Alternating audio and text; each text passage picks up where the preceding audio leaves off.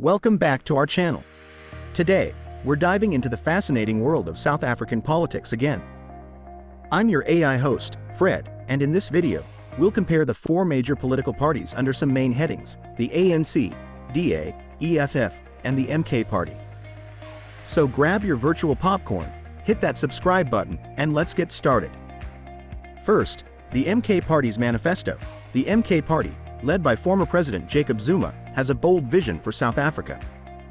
Here are the key points from their manifesto. 1. Reclaiming our dignity. 2. They believe the 1994 breakthrough has turned into a strategic defeat. 3. Criticize the liberal constitution for limiting the majority's political influence.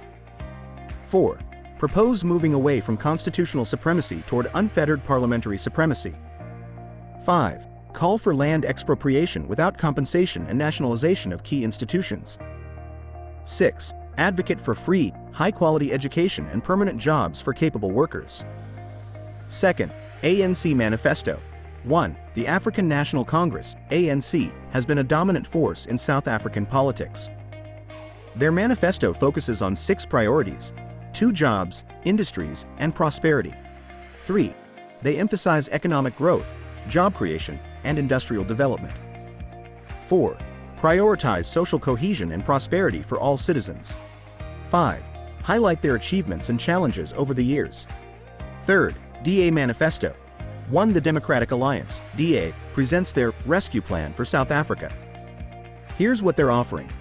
2. Fixing governance and services. 3. Address unemployment, energy, water crises, and failing service delivery. 4. Emphasize stability, good governance, and accountability. 5. Focus on education and economic growth. 4th, EFF Manifesto. 1. The Economic Freedom Fighters, EFF, have a radical approach. Their theme for 2024 is Our Land and Jobs Now. 2. Land redistribution and socialist transformation. 3. Demand land redistribution and economic empowerment for the majority. 4. Focus on ending load shedding and creating jobs. 5. Advocate for a more equitable society. Comparison. 1. Land and economic policies. MK Party advocates for land expropriation and nationalization. ANC prioritizes jobs, industries, and economic growth. DA focuses on fixing governance, energy, and education. EFF demands land redistribution and socialist economic transformation. 2. Political influence and stability. MK Party shifts from constitutional to parliamentary supremacy.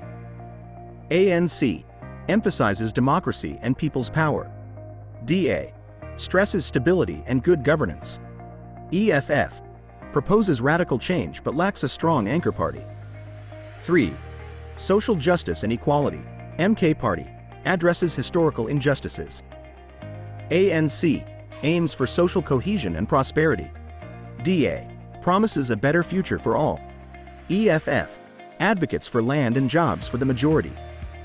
So if you're wondering which manifesto is most likely to work in a democracy of a second world country, also known as a developing country like South Africa, the DA and ANC seem the most practical, considering stability, governance, and economic transformation. The EFF's radical approach may resonate with certain voters who are more interested in communistic values as opposed to a true fair democracy.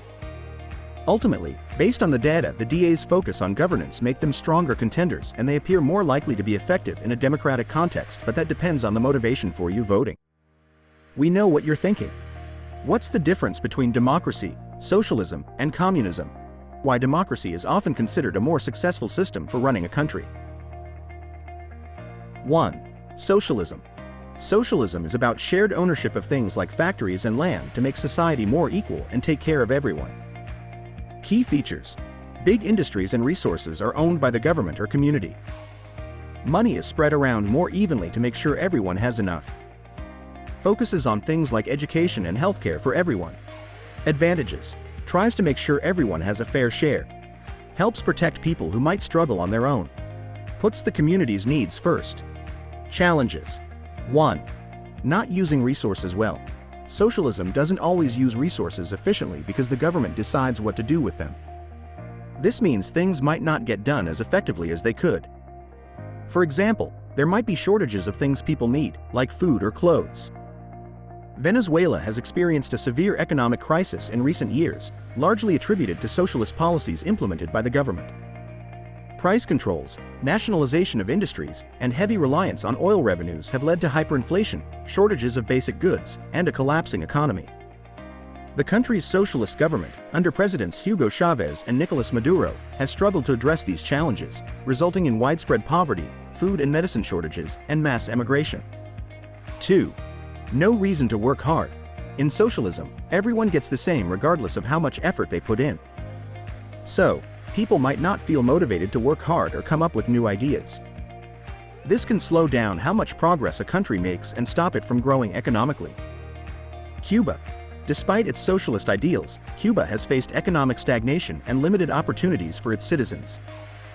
The government's control over the economy, restrictions on private enterprise, and lack of economic reforms have hindered growth and innovation.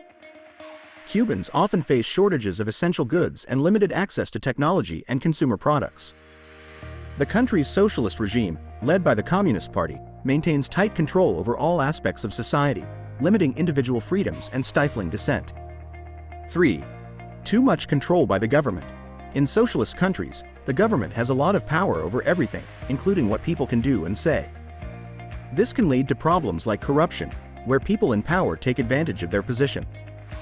It also means people might not have as much freedom to make their own choices or speak out against things they disagree with. Zimbabwe's experiment with socialism under President Robert Mugabe resulted in economic collapse and widespread poverty. Mugabe's land reform policies, which involved seizing white-owned farms and redistributing them to black Zimbabweans, led to a decline in agricultural productivity and food shortages. Hyperinflation, mismanagement of resources, and political repression further exacerbated the country's economic woes. Despite attempts at economic reform in recent years, Zimbabwe continues to struggle with high unemployment, poverty, and political instability. 2. Communism. Communism is more extreme than socialism. It imagines a society where everyone is equal and all property is owned by the community, with wealth being shared equally. Key features: no social classes, everyone is equal. Eventually, there is no need for a government. All resources are owned by everyone.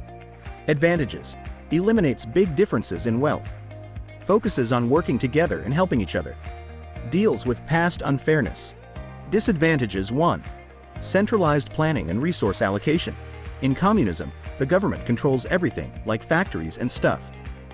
But this can cause problems because the government might not know what people really need. For example, in the Soviet Union, the government tried to plan everything, but they often couldn't make enough food or clothes for everyone. This can also lead to problems because central planners might not know what people actually need or want. For example, in the Soviet Union, central planning led to shortages of basic goods like food and clothes because the government couldn't keep up with people's demands. 2. Lack of individual incentives and innovation. In communism, everyone gets the same no matter how hard they work. So, people might not feel like working hard or coming up with new ideas. For instance, in China under Mao Zedong, farmers had to work in big groups and produce lots of food. But because they didn't get anything extra for working hard, they didn't try as much, and lots of people went hungry. In Cuba, the communist government led by the Castro regime implemented policies aimed at creating a classless society where wealth and resources are shared equally among all citizens. However, this egalitarian distribution stifled individual incentives for hard work and innovation. Cubans faced limited economic opportunities and lacked the motivation to pursue entrepreneurship or take risks to improve their standard of living. As a result, the Cuban economy stagnated, and the country relied heavily on subsidies from other communist nations. 3. Authoritarianism and suppression of freedoms. Communist governments have a lot of control over what people can do and say. In places like North Korea, the government decides everything, and people can't speak out against it. If they do, they might get in big trouble, like going to prison. This lack of freedom makes people unhappy and can cause problems in the country. In China, the communist government led by the Chinese Communist Party, CCP, maintains tight control over all aspects of society, including political dissent and freedom of speech. The CCP censors the internet, suppresses dissenting voices, and cracks down on political activists and human rights advocates. For example, the Chinese government has detained and silenced critics, such as human rights lawyers and pro-democracy activists, under the guise of maintaining social stability and upholding communist ideology. This authoritarian control undermines individual freedoms and human rights, leading to widespread discontent and social unrest. Last but not least, democracy. Democracy means the people have the power. People vote in elections, and their rights are protected. Key features: elected representatives make decisions for the people. People have freedoms like speech and religion. Laws are the same for everyone. Leaders have to answer to the people. Advantages: democracies are usually stable because leaders change peacefully. Open discussions help find new ideas and solve problems. Everyone's rights are respected. Democracies often grow economically. Challenges: it can take a while to make decisions everyone agrees on.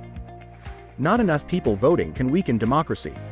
Challenges: central control can lead to harsh governments. People might not work hard without rewards. Assumes people always want to help others, which might not be true. So why democracy is preferred? Balanced approach. Democracy combines individual rights with collective decision-making. Adaptability. Democracies can evolve and adapt to changing circumstances. Innovation and competition. Market-driven democracies foster innovation. Checks and balances. Separation of powers prevents abuse of authority. Human rights. Democracy protects fundamental freedoms. Historical evidence. Successful democracies exist worldwide. In summary, while socialism and communism aim for equality, they never achieve this because they take the power away from the population completely and put all the power in the hands of the ruling party. Imagine the ANC owned all your land and could tell you how to spend all your money. How do you think that would turn out? Democracy strikes a balance between individual liberties, economic growth, and social welfare. Its adaptability, protection of rights, and historical success make it a preferred system for running a country. That's a wrap for today's video. If you enjoyed it, don't forget to hit that like button and share it with your politically curious friends. And remember, democracy is about choices, so choose wisely. Stay informed, stay curious, and stay awesome.